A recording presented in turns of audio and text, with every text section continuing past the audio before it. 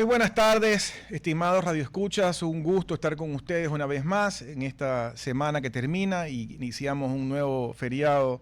Hasta el día martes no nos veríamos. Hoy tenemos como invitado a Juan Javier Gutiérrez Limongi. Él es experto en comercio exterior y especialista en gobernanza democrática, política pública y liderazgo ciudadano, con amplia experiencia en gestión política, relaciones internacionales y cooperación multinacional o multilateral. Tiene un máster en negocios internacionales por la Universidad de Greenwich en Londres, Reino Unido. Además es ingeniero en ciencias empresariales, con mención en comercio internacional y dirección y planeación comercial por la Universidad de Especialidades Espíritu Santo, y además un graduado del diplomado en gobernabilidad e innovación pública del Banco de Desarrollo de América Latina, CAF. Con él hablaremos un poco de lo que sucede en comercio exterior en la región, y uno de los temas que nos ha traído aquí en carpeta para conversar es de este tema vinculado con no los aranceles, porque técnicamente entiendo que lo han puesto como una tasa de seguridad que se ha impuesto, que estuvo oscilando y que luego subió a 100, no sé si finalmente quedó en 75, en cuanto quedó, pero que entiendo que hay de parte de la comunidad andina un plazo para desmontar dichas tasas. Cuéntanos un poco en qué estado están las cosas. Primero, Giovanni, muchísimas gracias, y a todas las personas que sintonizan tu programa aquí en RTP, gracias por la sintonía.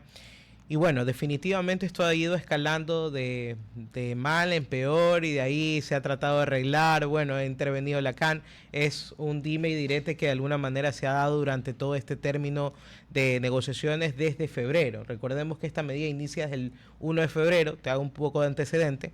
Iniciamos con un 30% de una llamada tasa de seguridad. ¿Por qué nace esta tasa primero?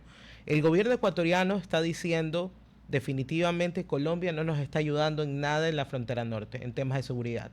Hay muchos grupos paramilitares, muchos grupos de guerrilla organizada que están cruzando nuestras fronteras en Mataje, nuestras fronteras también, nuestra frontera comercial como tal en Tulcán, Ipiales Tulcán, y lógicamente las fronteras irregulares que hacen también en la provincia pues de Sucumbíos, ¿no? En Lago Agrio y demás, pues, ¿no? Que son gestiones fronterizas.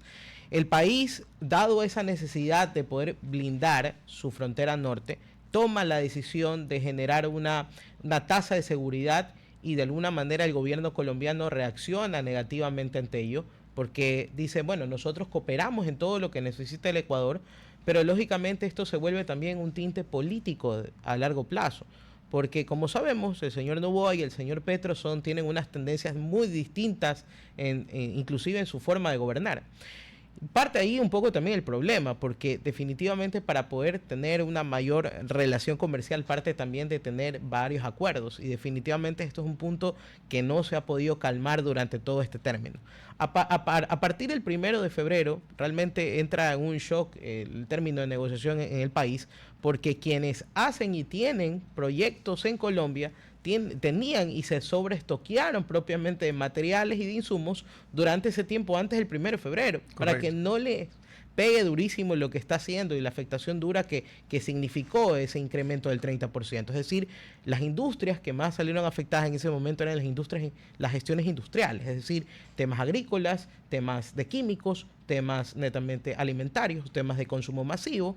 Farmacéuticos, entiendo que viene mucho de Colombia. Claro, farmacéuticos fueron golpeados de alguna manera, porque ese 30% incidía también al final de la cadena de suministro, es decir, iba a golpear al consumidor con un aumento en su costo de precio de venta al público.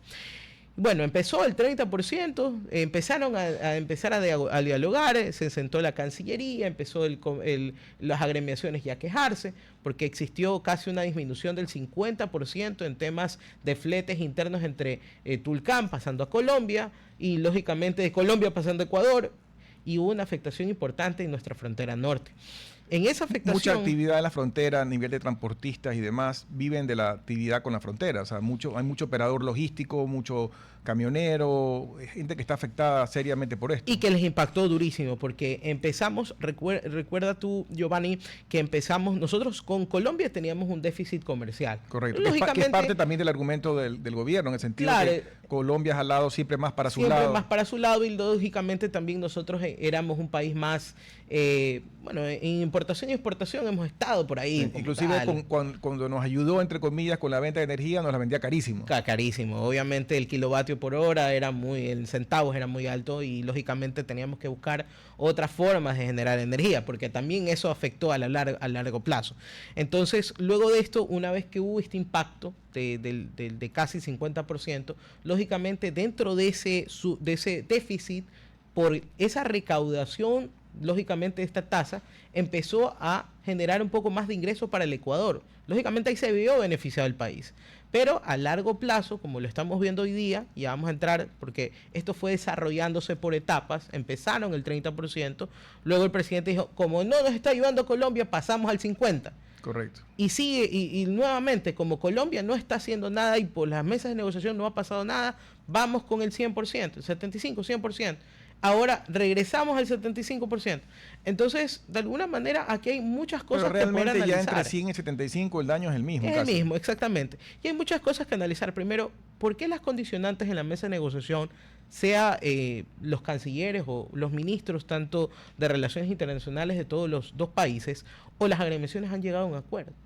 No hemos visto, de alguna manera, más que quejas en ambos países, lógicamente, lo estoy diciendo. Las agremiaciones, tanto las agremiaciones colombianas como ecuatorianas, tienen las soluciones en la mesa, pero lamentablemente, como una cuestión, Giovanni, te lo decía al inicio de la entrevista, de voluntad política, ahí parte la preocupación. Porque de ello también nacen las cuestiones que se dicen del presidente Petro, que hay que, lógicamente, tienen que ser demostradas, y lo tienen alguna fundamentación el gobierno ecuatoriano, de qué vino a hacer Petro cuando Noboa fue investido como presidente. Su viaje a Manta, famoso viaje a Manta. Y que de alguna manera también generó algún tema de polémica con la gestión de Fito. Y eso fue comentado y discutido y criticado ampliamente en Colombia. Totalmente. Entonces, de ahí parte todo. Entonces, bajo esa óptica, ¿qué es lo que tenemos hoy en día?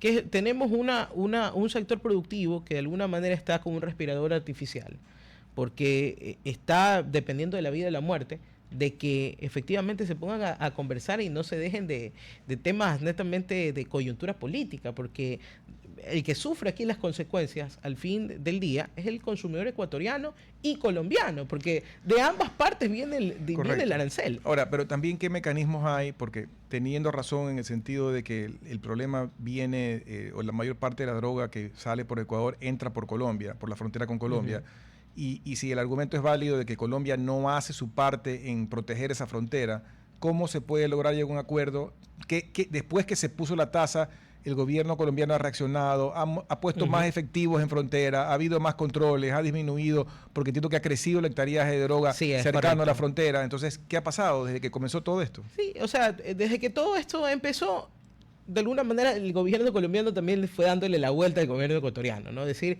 bueno, es que sí te estoy protegiendo la frontera norte, o sea, no hay desplegados tantos números de policías, números de militares colombianos en la frontera, y definitivamente ya es una cuestión, lo hacen ver desde el lado colombiano, es una cuestión política tuya, sectaria. Pero no es tanto así tampoco, o sea, también tenemos que ver que Colombia no ha hecho bien su tarea. Sí, porque también un poco lo que entiendo entre líneas del gobierno ecuatoriano es que el mensaje es: ya no quiero hablar contigo, ya hablaré con el que venga después. Correcto. Pero ahora también hay la información de que es posible que gane el heredero del presidente Petro. Es decir, que uno de los posibles candidatos que triunfe es el candidato Cepeda. Y esto se ha vuelto, como te decía al inicio, como un tema ya político de Estado, lógicamente, porque también juega un papel importante en las elecciones de la próxima semana que se vienen en Colombia, el 31 de mayo. Entonces tenemos al candidato Cepeda, que es prácticamente lo mismo del señor pues Petro, que algunos dicen que inclusive es más radical. Pero son la misma del pacto histórico, pues, ¿no? La misma gestión. De ahí tenemos una derecha que está en este momento fraccionada, pero que de alguna manera tiene una fuerza si se une, lógicamente. Habría que generar ahí una unión entre la señora Paloma y entre el señor Espriella. Entonces, allí tiene que haber un diálogo entre ambos, porque yo creería que sí podría haber una posibilidad de que ellos pudiesen ganar, obviamente si existiese una unidad obviamente de esta tendencia. Y esto permitiría, lógicamente, porque ya hay un avance muy bueno, por ejemplo, entre la candidata, la senadora Paloma, que indicó, pues ya hubo una conversación con el presidente Noboa. Claro, ella ha dicho que ella lo arregla enseguida. Una vez ella gana, en pocos días se sienta con el presidente Noboa y arregla el problema. Y yo creo que la misma voluntad tiene el señor de la Espriella, o sea, tienen exactamente la misma voluntad.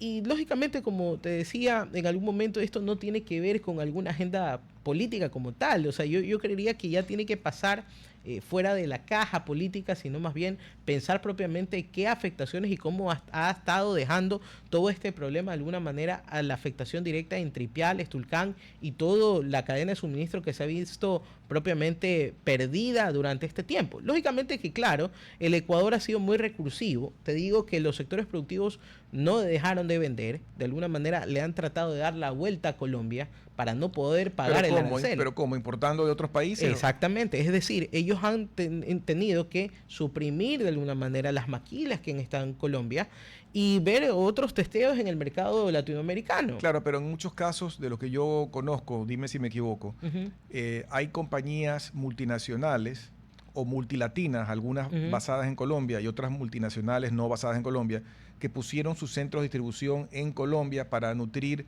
países de la región, entre esos Ecuador. Entonces, si no puedes mandar a Ecuador, tendrían que, digamos, es más complicado mandarlo a otro país.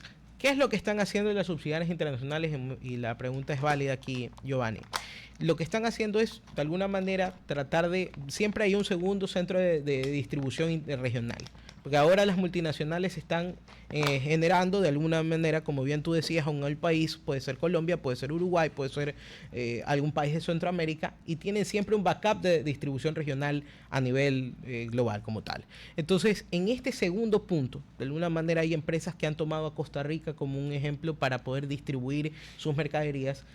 Sale la mercadería de Colombia, obviamente con un país de origen o país de destino diferente o país de origen distinto, para que no le cobren acá el impuesto de la tasa de seguridad. Hay muchos que están tratando de hacer de otra forma o están buscando también otros mercados y lógicamente esto es una cuestión también de conocer los mercados. Una pregunta que no sé si está reflejada en las cifras. Perú como tal ganó con esta bronca y comenzó a mandar más productos sustitutos de Perú, ¿o no había capacidad de envío desde Perú? No, había capacidad de envío, pero el mercado peruano es un poco más caro que el mercado colombiano.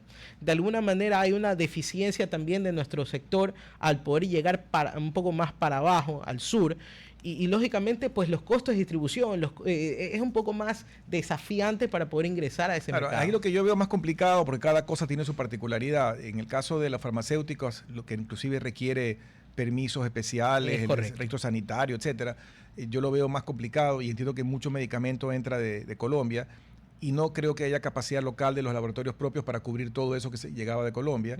Pero hay otras cosas tal vez más fáciles, como productos de papel. Hay firmas grandes colombianas que producen muchos temas, digamos, de papel higiénico, papel toalla, además, que de repente es más fácil traerlo rápidamente de otros países, pero hay otros que no. Hay otros que no y que han tomado la determinación de pagar el impuesto, que por ello se ve reflejado en la tasa de que ha incrementado y que ya estamos en un superávit, pero que lógicamente no es la realidad. O sea, es la realidad monetaria de lo que se ha invertido, pero lógicamente en puestos de empleo pues se ha visto reducido lógicamente en la frontera, en las empresas que están dentro de nuestra frontera y lógicamente... Lo que no sé si tú tienes el dato en la cabeza, ¿qué tanto de lo que se trae de Colombia son productos terminados ya listos para el consumo y qué tanto son insumos para la producción local? Insumos, a ver, de temas de productos terminados creo que son más de un 60%. En temas de insumos como tal, unos 30-40%.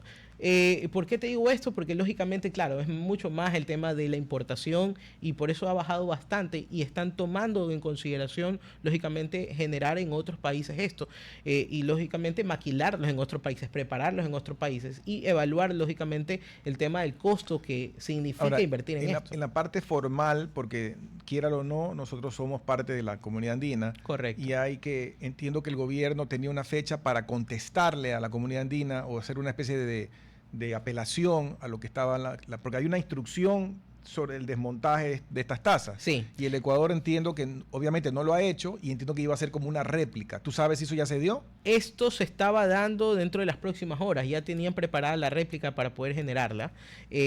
la réplica tiene que ser hasta hoy. Hasta hoy se cumplen los 10 días hábiles que dio con este exhorto de la resolución 2581 de la CAN, que esta resolución lógicamente llama a los dos países a señores, conversen o eliminen ya todo lo que tengan que ver con aranceles o propiamente restricciones o barreras arancelarias para que los dos países puedan respirar o el sector productivo pueda respirar. Hay que ver, definitivamente en las próximas horas vamos a ver una resolución de la diferente gestión ecuatoriana y ver si efectivamente qué responde, porque se ve que va a ser una réplica, se visualiza que es una réplica que no va a ser aceptación. Del todo, hacer del todo, pues, de un beneplácito de una comunidad andina de naciones. Entonces, es un poco lo que vamos ¿Y qué pasa si el Ecuador replica que no lo va a hacer y obviamente dará sus argumentos basados en la problemática de seguridad? Seguiremos en lo mismo y le daremos chance a que ambos países pongan sus condiciones en el mercado. Es exactamente lo mismo que estamos haciendo. Pero la CAN no puede ir más allá. O sea, ya si la CAN dice, te instruyo que desmonten y tú no desmontas y das tu réplica negativa, ¿qué pasa? Lo único que podrían hacer es sancionar al país, pero nada más. No es que podrían generar una afectación directa en algo, temas de comercio. Directamente cada país es intermediario de lo que vaya a pasar en su comercio internacional. Ahora, el gobierno, más que presidente, da cifras en el sentido de que con esta medida también se ha arreglado de golpe el déficit comercial con Colombia, pero ¿qué costo? ¿No? O sea, digamos, en estas circunstancias no es un mérito del país haber revertido el déficit si esto no es un tema sostenible en el tiempo. Porque estamos hablando de que teníamos un déficit de 145 millones y pasamos a un superávit de casi 62 millones. Pero en 4 meses, donde recaudaste prácticamente el 100% escalonado, pasaste de 30 a 100%. Entonces es como que usted le diga a una persona, va a pagar una tasa un día y luego pasa al otro día a valer el triple. Entonces, en la recaudación, tanto el gobierno, lógicamente, es bueno recaudar porque de alguna manera le permite al gobierno inyectar en diferentes necesidades que tiene actualmente. Pero definitivamente el recaudar significa distribuir correctamente los recursos y los ingresos. Pero esas cifras que tú mencionas, dado el hecho que pasan de déficit grande a superávit grande, daría la impresión de que el frenazo fue mucho mayor del lado Colombia-Ecuador que del lado Ecuador-Colombia. Es decir, que a pesar de que fuese recíproco Colombia en poner medidas, como que se frenó más la llegada acá de producto colombiano y menos la llegada allá de producto ecuatoriano. Y eso pasó porque recordemos que al inicio de la medida que toma Ecuador, Colombia recién evalúa la tercera semana de la medida qué impacto le iba a causar a los productos ecuatorianos. Entonces, el frenazo vino primero de Colombia, ¿no? Por eso, y Ecuador se frenó después. Y después ya empezaron a frenarse porque lógicamente ya empezaron a incidir en diferentes partidas arancelarias el costo, lógicamente, de un aumento de la importación. Y en el sentido de Ecuador-Colombia, ¿qué es lo que Ecuador más envía a Colombia? Lo que te comentaba, temas netamente hortalizas, frutas, atún, cacao, banano, lo que mandan, lógicamente lo que siempre se ha mandado en toda la vida. Pero también servicios, empleo, personas que de alguna manera trabajan en estos temas, definitivamente también mano de obra. Bueno, hay una afectación gigante y que de alguna manera se tiene que segmentar, lógicamente, acorde a lo que vaya a pasar de aquí a unas par de horas con esta gestión que va a dar Ecuador ante la comunidad andina. Ahora vuelvo a la pregunta que te hacía en los escenarios electorales, porque el gobierno puede estar apostando que en poco tiempo tengan las elecciones y que efectivamente quede ganador o ganadora un candidato de centro derecha o de derecha y que ahí ya la conversación sea distinta. Pero como te decía, estadísticamente, según las proyecciones, hay la posibilidad que gane el mismo candidato Cepeda. Sí. En ese escenario que gane Cepeda, ¿qué pasaría con el gobierno? Porque ese candidato no va a cambiar la forma de actuar del presidente Petro, será más de lo mismo. O un poquito más radical, podría ser. Podría ser un poquito más radical. Entonces, mantener la medida permanente, una cosa es mantenerla por un mes más, por 2 meses más, claro. Otra cosa es mantenerla eternamente. Hay que ver de alguna forma qué se está pensando adentro del gobierno. Yo creo que el presidente entenderá, lógicamente, que no se va a poder llevar bien con su homólogo colombiano si, lógicamente, gana el señor Cepeda, porque tienen unas ideas totalmente diferentes. Y esto lo que va a causar es que esto siga dilatándose. De alguna manera no exista una mesa de negociación como la queremos todos, todo el sector productivo, sino que de alguna manera siga el dime y direte, se sigan prácticamente gestionando temas políticos y no resolviendo estos temas. Ahora, ojalá que exista también una conciencia de parte, una coherencia de parte también de la Cancillería, de los ministerios y lógicamente del sector productivo para encauzar a que el presidente reaccione y a que de alguna manera, pues, más allá de que ambos tienen que ceder, tenga que el Ecuador de alguna forma pues entender o dar una solución viable para que Colombia pues acoja esa recomendación. Una parte que yo no entiendo en esta ecuación es cuál ha sido el rol o cuál va a ser el rol de los Estados Unidos, porque Estados Unidos tiene pues en su proyecto o en su estrategia del escudo de las Américas una fuerte intención de bloquear el acceso de drogas a los Estados Unidos. Y si Colombia es el principal productor y Ecuador el principal exportador logístico, digamos, de la droga, y ahora hay un impasse entre los dos, ¿por qué no se ha metido un poco intermediario, digamos, en este tema? Y es lo mismo que yo hacía una tesis de que, por ejemplo, si ambos presidentes, tanto Petro como Noboa, tienen al presidente Lula da Silva como de alguna manera un referente político en la región, debería también existir una intermediación entre un presidente para poder hacerlo. Claro, y Trump se ha reunido en la Casa Blanca con Petro. Con Petro ha recibido a Lula. El vicepresidente acaba de recibir al presidente Noboa.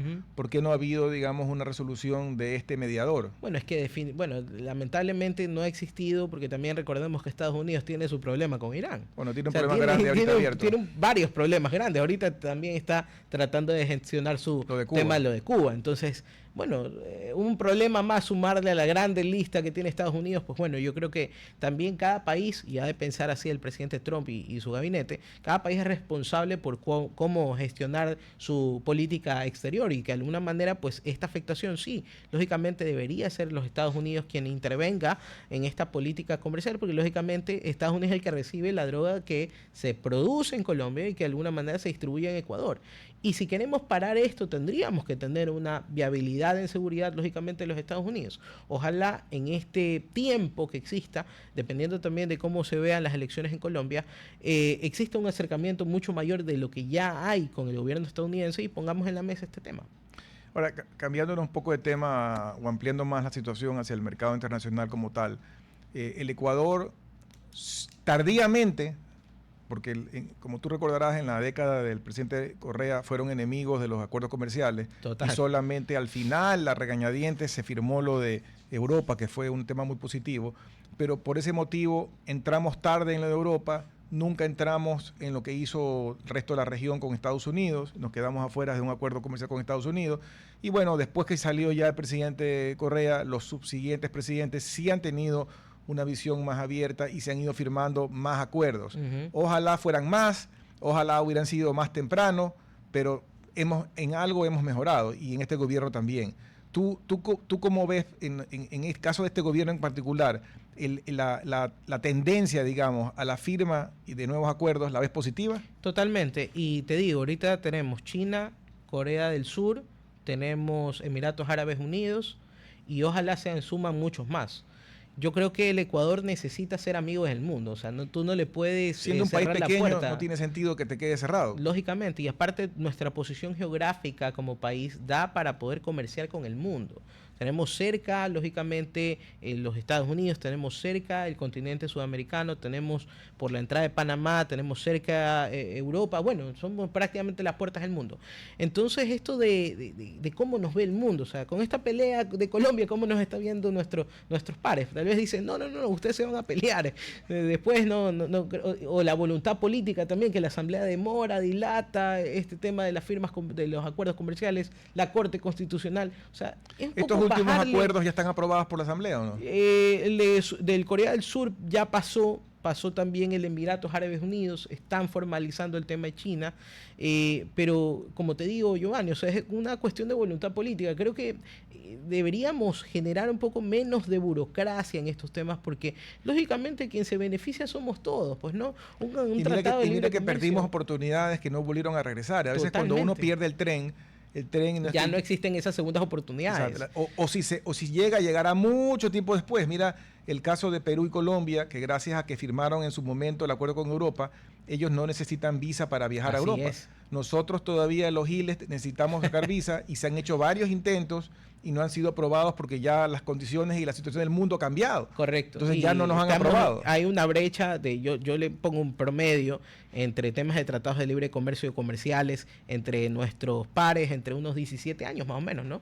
18, 19 años entre los tratados que se han firmado. O sea, es decir, tenemos casi un retraso de 20 años con relación a nuestros pares, tanto de Perú y Colombia. Entonces, es un poco eso. Las oportunidades se van digamos, yo lo que veo como como positivo es que me da la impresión que esa satanización que hubo en su momento ideológica de que prácticamente el Ecuador se iba a destruir por estas firmas de acuerdos, ya la población ha visto que se han firmado un montón y que no hemos perdido, hemos ganado. Así es, y ese es un poco lo bueno. Lo bueno es en poder acercarnos al mundo y también es un desafío, Giovanni, para nosotros en ponernos las pilas, como decía en anteriores entrevistas, y prepararnos más, pues.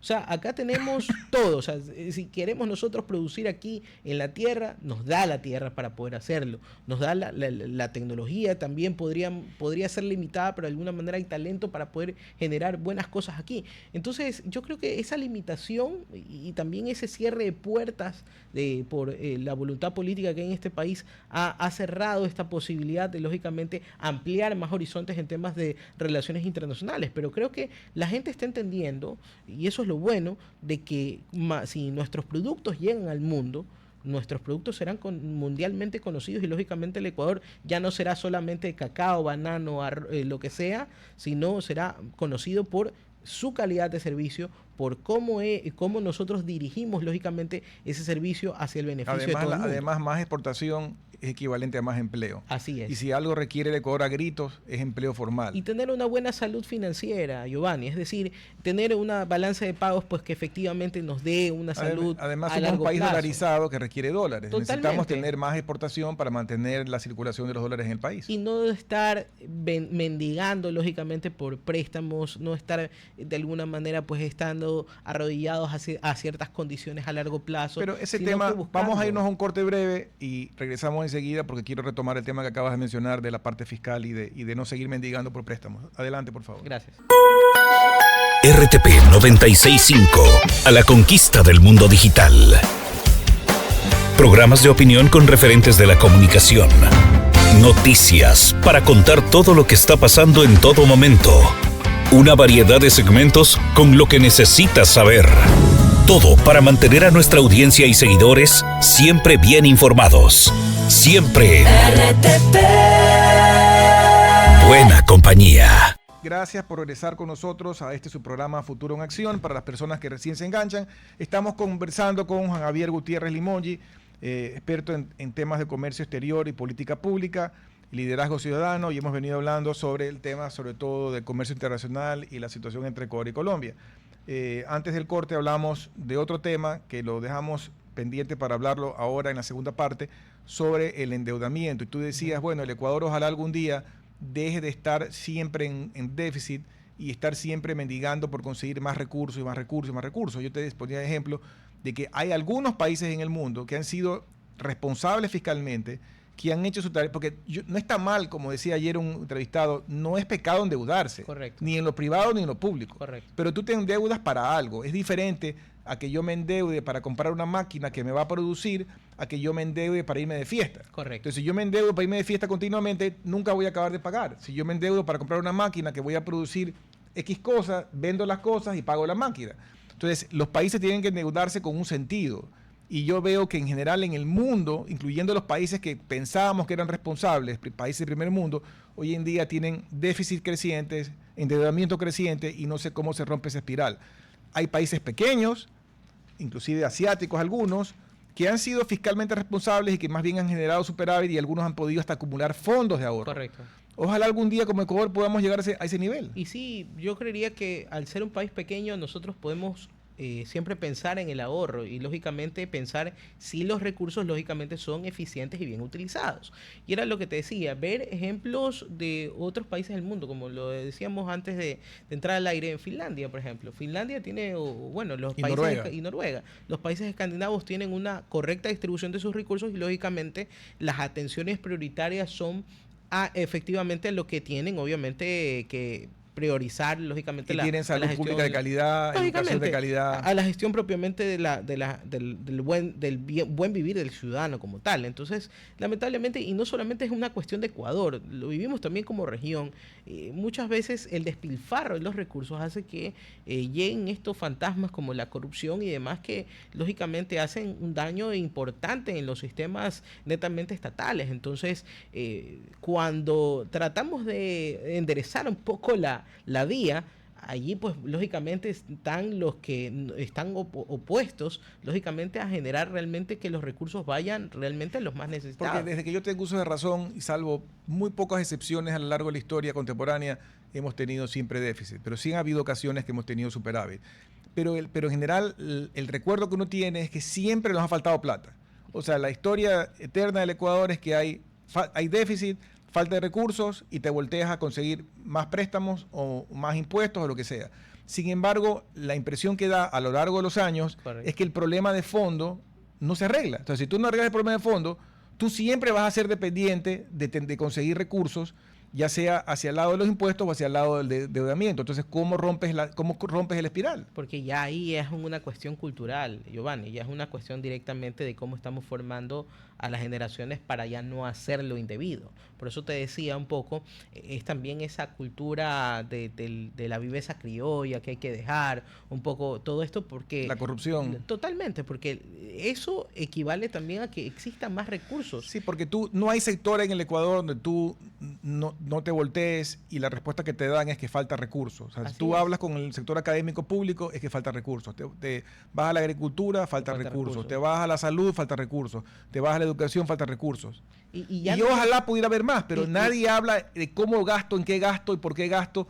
¿Y cuánto se va por el agujero negro de la corrupción? Y ya no es un problema directamente del gobierno de tal, el gobierno de cual, ya es un problema propiamente sistémico. Exactamente, es un problema sistémico que eso tenemos que aprender a atacar, porque ya es una cuestión de que al país no lo pueden conocer así. ¿Cuántas veces tú no has visto ejemplos donde ponen ciertas reformas legales que supuestamente, creo que por ley ya no se puede hacer eso, pero ponen ciertas reformas legales o crean leyes a favor de X o Y o Z, pero no creas el financiamiento? Correcto. Entonces tú le dices a alguien, tú gastas pero que otro pague. Entonces no tiene sentido. No tiene sentido. Entonces no estamos fomentando una cultura también ni de ahorro y estamos de responsabilidad. Exacto, una cultura más de gasto. Y de alguna forma no estamos haciendo una planificación lógicamente financiera hacia lo que te decía en el primer bloque, hacia la sanidad financiera del país. Yo te pongo un ejemplo políticamente incorrecto porque evidentemente la gente que escucha va a decir, bueno, ¿y por qué habla de eso? Y si así nomás nos dan mal servicio. Acuérdate que en el gobierno del presidente Correa se hizo la medida de incluir como beneficiarios del Seguro Social a los cónyuges y a los hijos. Así es. Entonces, yo estoy de acuerdo que tiene que haber cobertura de la familia completa, porque si tú eres el afiliado y tienes un hijo enfermo o una esposa enferma, el problema, digamos, es global de la familia. Pero lo que no se hizo fue crear eso con un acompañamiento para que el seguro, ¿de dónde financiaba ese extra el seguro? Es correcto. O sea, al seguro le clavaste un gasto adicional, pero no le clavaste un ingreso adicional. Entonces, eso no tiene sentido. Entonces, le creaste más huecos a un enfermo de por sí que ya estaba debilitado y sigue debilitado, sin proveerle los fondos para poder cubrir eso. Por eso te decía, el tema de la burocracia y el tema de que al ciudadano común y corriente le cuesta acceder de alguna forma a lo prontamente necesario, es esa deficiencia que tenemos como país y que de alguna forma nosotros tenemos que encaminar a las soluciones propiamente ya a corto plazo para sacar de este modismo que se ha vuelto, de esta costumbre que se ha vuelto no tener una accesibilidad a algo garantizado universalmente. Pero tú dijiste una palabra clave de que el tema de fondo es un problema cultural, ¿no? Y eso lo hace complicado de solucionar, porque no importa si viene el partido A, el B o el C, en general la población tiene esta forma de pensar, tiene esta forma de vivir, tiene esta forma de ver las cosas. Y si no hay un cambio cultural, como existió en algunos países, en otros países, yo no veo que haya un problema, que va a haber un cambio de verdad de fondo en el Ecuador. Y te digo esto ¿por qué? Porque nosotros tenemos la mala costumbre en el Ecuador de decir, es que tiene problemas, para seguir el ejemplo que te decía yo del Seguro Social, tiene muchos problemas del Seguro Social y la gente se queja del Seguro Social. Pero cuando tú dices, hagamos reformas, la gente, no quiero reformas, no me lo toques, déjamelo ahí. en el gobierno de Sito Durán Ballén hubo una consulta popular para hacer ciertas reformas de fondo a la parte de pensiones, la gente dijo que no. Y cada vez que se pregunta, no quieren tocar. Entonces, ¿cómo puede ser que tú quieras, te quejas de algo, pero no lo accionas? Pero no lo dejas cambiar. Porque un poco nosotros somos muy resistentes al cambio. O sea, el ecuatoriano como tal, lamentablemente siempre pensamos en negativo y de alguna manera para romper esos moldes, y lo vemos por ejemplo en Argentina. El primer y segundo mes el presidente Milei tuvo que hacer muchas reformas y lógicamente se volcaron a las calles, que lógicamente también hay un enfriamiento social en ese sentido acá.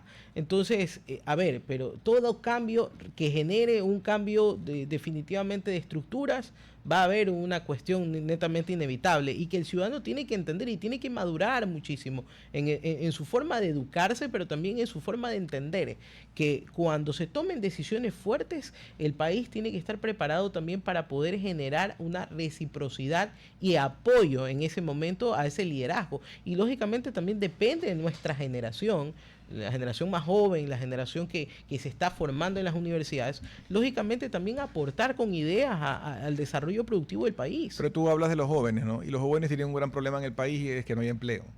Las cifras de empleo del Ecuador están por abajo, de empleo formal o empleo adecuado, como se dice ahora, están por abajo del 40%. Así es. Y volvemos al ejemplo que te digo cultural. Hay ese problema grave de empleo, pero cuando se quieren hacer las reformas de fondo, que no son más allá de 4 o 5, para estimular la economía, para estimular el progreso, la gente no quiere.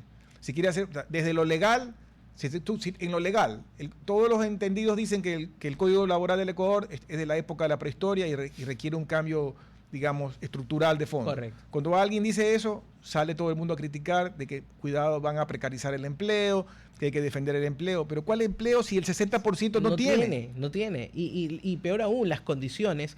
Y me hacía mucho ruido en la cabeza el otro día, estaba leyendo el GEM, el Global Entrepreneurship Index, el Monitor. Y a ver, o sea, emprendimiento somos cracks, pues somos la estrella de Sudamérica. Pero en la sostenibilidad, porque las políticas no nos dan pues para sostener. Y de alguna forma, al momento, no, me podrás decir, no, es que si hay créditos, si hay el Banco de Fomento, que ahora se llama Ban Ecuador, existen créditos y demás, pero no hay pues un seguimiento efectivamente de cómo los emprendimientos van avanzando. Pero tú hablas de emprendimiento y me viene a la cabeza otro tema, ¿no? Y tiene que ver con la cantidad de trámites burocráticos que el Ecuador exige. No solamente en lo público nacional, sino también en lo municipal, en lo provincial y demás. O sea, por Dios, si el Ecuador requiere a gritos empleo, creemos un esquema, o sea, hay que para formalizar, y esto no es una cosa que lo he inventado yo, ese famoso economista Hernando de Soto, me parece que era el nombre, de Perú, que escribió hace años un libro que se hablaba del otro sendero, decía que lo que había que hacer era crear menos reglas más fáciles de cumplir y hacer que la gente pueda formalizarse. En el Ecuador de hoy, lamentablemente, a veces, voy a decir algo irregular, parece ser más negocio ser informal. Exacto. O sea, navegar bajo el radar parece ser más adecuado que a cumplir con un montón de normas que cada día te inventan una y otra y otra y otra y otra. Y que para la gran empresa pues es fácil porque tú tienes un bufete de abogados a tu servicio, tú tienes un bufete de contadores, tienes toda una burocracia interna para lidiar con todas estas cosas y además hasta enterarte. Hay muchas cosas que los pequeños empresarios ni se enteran porque van inventando nuevas formas. Entonces, simplifiquemos eso para que la mayor cantidad de estos emprendedores que tú digas se les haga fácil cumplir y estar regularizados en todo. Es que lo podemos ver también en la región. Chile es el país donde menos burocracia existe en tema de sacar un emprendimiento o una empresa. Es prácticamente en horas y creo que así lo hacen los países del primer mundo también. Entonces aquí no, que el ministerio de tal, ándate por favor al ministerio de tal, a la subsecretaría de tal. No es así. Porque ahí hay doble problema. El problema de tiempo, triple problema. Primero, conocer qué hay que hacer. O sea, enterarte de toda la maraña de cosas. Segundo, el tiempo para dedicarle a cumplir. Y tercero, el costo. Porque muchas cosas implican tasas y pagos y y vainas que para un pequeño emprendedor no le alcanza. Y simplificar, en este caso, es dinamizar la digitalización. Estamos todavía rezagados en temas digitales aquí. Y de alguna forma esa burocracia podría ser menos papeles y más accesibilidad, que el ciudadano, lógicamente, con un buen internet, que en el sector rural todavía no tenemos buen internet, potencializar eso para que todos podamos tener una mayor accesibilidad. O sea, estamos hablando de la época, ya ni siquiera hablamos de la transformación digital, sino que hablamos de la época de la inteligencia artificial. Exacto, y todo el mundo habla de eso. Ya estamos o sea, en otra etapa. ya todos esos trámites deben ser todos en línea. Exactamente. Y eso hace que nuestra gestión productiva también mejore, porque actualmente en índices de innovación y desarrollo estamos en el puesto 102. O sea, hay 102 países que son mejores que el nuestro. Entonces, hay que mejorar mucho esos índices y lógicamente darle apertura, que también las universidades tengan un tanque de pensamiento muy fuerte y robusto para que puedan tener mayores profesionales, pero más que eso, generar esas oportunidades de empleo. Y oye, hasta en las cosas más sencillas como abrir una cuenta, una línea telefónica, cerrar una cuenta telefónica, es un lío. Es un lío. Y también, por ejemplo, seguimos, como te digo, en la época, como te decía, en la época de las cavernas, porque definitivamente no le estamos dando esa viabilidad a que próximamente el sistema de nuestro gobierno sea más accesible, a que la gente pueda tener. Una cosa que yo veo buena, y la leía hoy día en el periódico, que el gobierno ha hecho bien, es sacar una serie de líneas de crédito vinculadas a financiar con tasas bajas a los artesanos, a los pequeños empresarios, y también está dando muchos recursos para la construcción de clase media para abajo. Sí.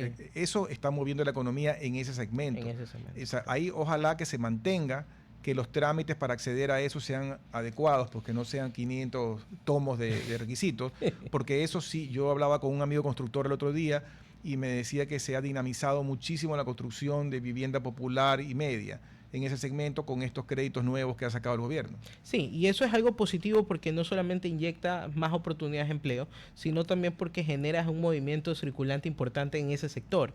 Y lógicamente haces esa oferta de oferta y demanda, mejor dicho, en ese sector es importante. Y hoy en día, más que todo, también va en el flujo de lo que la gente a veces quiere invertir, o tiene un proyecto que lo puede hacer a corto, mediano, largo plazo, y lógicamente eso genera mucho más inversión e ingreso. Y eso es algo bueno para el país. Nos quedan 5 minutos y un poco recapitulando.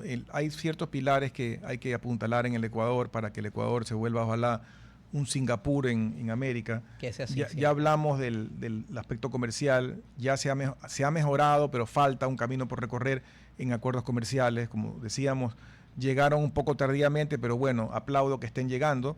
¿Qué otras cosas crees que están en carpeta que deben de meterse el acelerador? Mayor inversión e inyección en lo que no se ve, en lo invisible, es decir, mayor técnicas, por ejemplo, en nuestro sector agrícola, mayor técnicas también en ejecución de proyectos o microproyectos que se puedan hacer un financiamiento público-privado, mayor inversión extranjera en temas de capitales aquí en el país, que puedas tú invertir y lógicamente salga ese conocimiento por fuera. Bueno, hay muchas cosas que todavía están en carpeta y que depende también del gobierno y de la voluntad política que tenga la oposición para poder generar todo esto. Entonces, necesitamos de alguna manera dinamizar a que el sector productivo sea una materia, lógicamente, de debate importante, y que exista esa convergencia entre no solamente agremiaciones, comités, el empresariado, propiamente también los trabajadores, que exista propiamente una mancomunidad para que el conocimiento fluya en este país y pueda hacer una inversión positiva, no solamente aquí, sino que nuestros productos y nuestros commodities, lo que queramos importar o exportar, sean pues bien vistos a nivel mundial. Nos quedan 3 minutos y ahora, para todo esto que tú mencionas se requiere recursos, y hablábamos de que en este momento no contamos con recursos. Entonces, para poder solucionar eso, más allá de ir a tocar las más puertas para más préstamos, el Ecuador solucionaría buena parte de sus problemas creciendo. Entonces es como un círculo que hay que romper, porque tú no creces porque no hay recursos, pero al mismo tiempo si creces comienzas a ver más recursos y comienzas a ver más empleo. Por eso te decía, esa limitación depende mucho, el no crecer depende mucho también de cómo estamos luchando contra la cultura del abuso que ha existido, lógicamente, por la corrupción y por todos los modismos negativos que hemos tenido como nación. Tú mencionabas a Chile hace un momento, y el otro día en otra entrevista hablaba alguien de ejemplos que no solamente es Chile, sino que, por ejemplo, Uruguay que ha sido un país en cierto momento liderado por socialistas, pero han sido socialistas inteligentes, que no cerraron el país, que lo abrieron al comercio, que los abrieron a inversiones, que inclusive se mantienen como un hub financiero regional, Así es.